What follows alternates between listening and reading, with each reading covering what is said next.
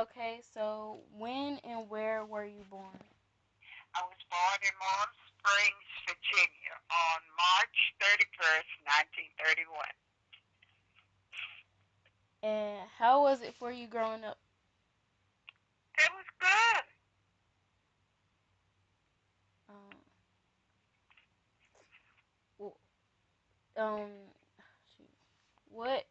Okay, what did any historical events did you live? Huh? What Did historical? I what? What What? you say, Taylor? What historical events did you live through or witness? What historical event? Did Well, that was when I was born. I guess it was Depression, but I don't know nothing about it. My family didn't know nothing about it. Back when I was born, back then, if your name was a certain thing, then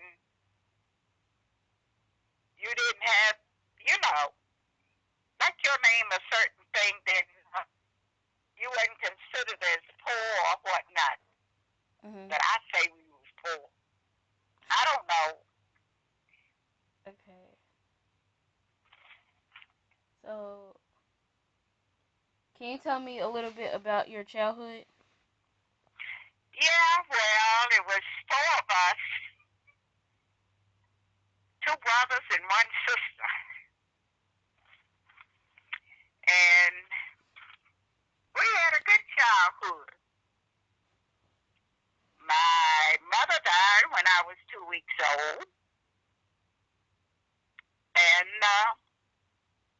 my father's mother raised us until she passed, and then his sister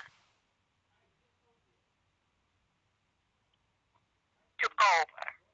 Mm. And then by that time, Doreen was big enough,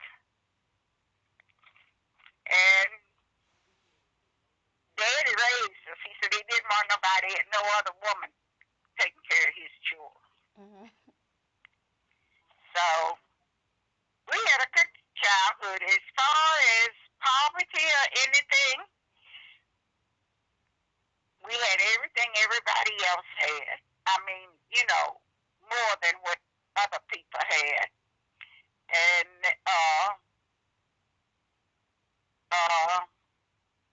they rationed. It was when like when gasoline, there was food stamps for you had to get a coupon that was for sugar, shoes, uh, and alcohol. So my father didn't drink, but he got the coupons for alcohol, and he traded them to somebody else for stamps for shoes for us. Mhm. And let me see, we had, I mean, as far as like I say, we had no clothes, that we didn't have any clothes, we didn't have food, anything, we did. Yeah. So Did as far as lacking stuff, we didn't go lacking. so you didn't have to worry about anything. Huh? So you didn't have to worry about anything. No, because I don't know how, but it was always, Daddy always provided. And he was a chef cook at the Homestead Hotel Okay. So did you in have Hot Springs, Virginia, which is 5 miles from where I was born. did you have to like was there any segregation? Did you deal with segregation? Yes, there was plenty of segregation. Uh, wait a minute, let me get it right. We had to go 5 miles to a school, and it was a three-room schoolhouse. The grades, and we had three teachers, two teachers and one principal. And uh, the, we didn't. They didn't have what you call kindergarten. Then we started off with what you call the primer. I guess that was similar to kindergarten. Mhm. The because it was from the primer to,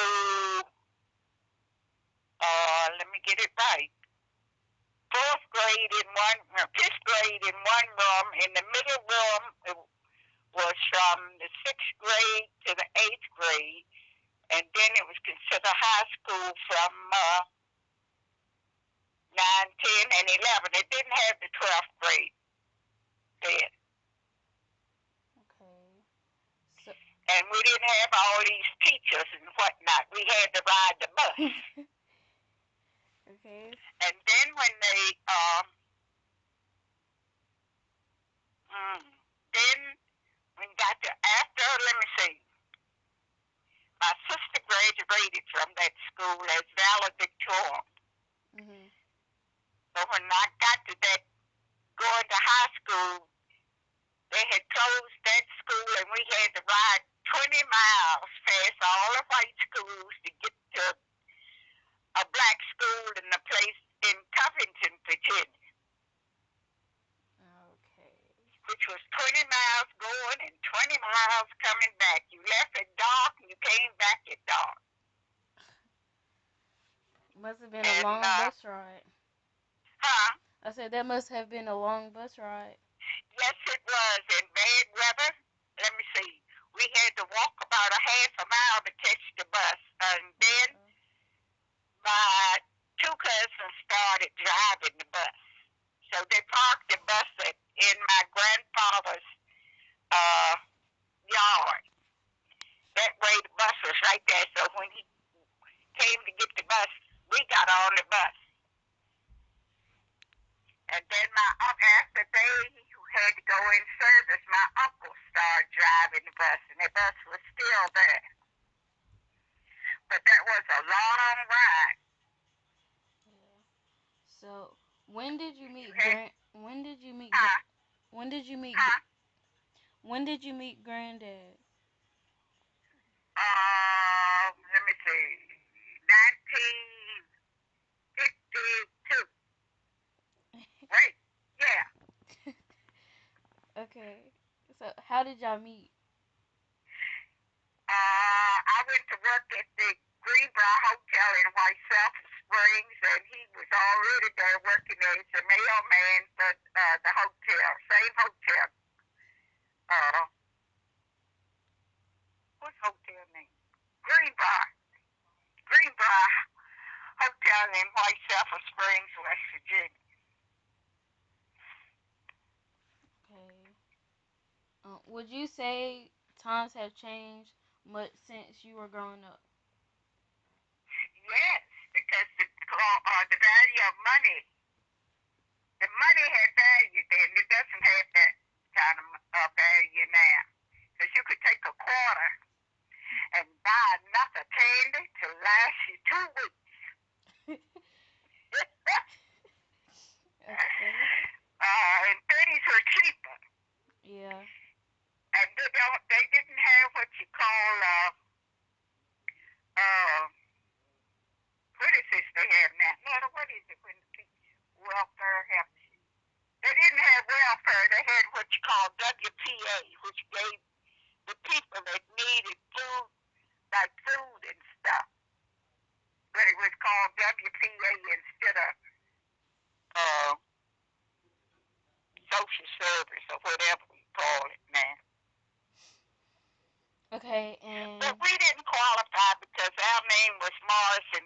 If your name was a certain thing, like I told you to begin with, I guess they considered you were supposed to have. So we didn't qualify for that. So because of your last name, they thought you didn't need it? Was Morris. Because of your last name, they thought you didn't need it?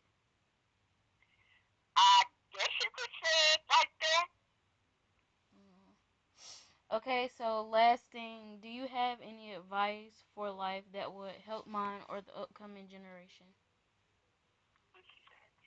Huh? Do you have any advice for my generation or the upcoming generation? Like from your generation? Yeah, some advice. Huh? Some advice. Wait a minute. Yes. Okay.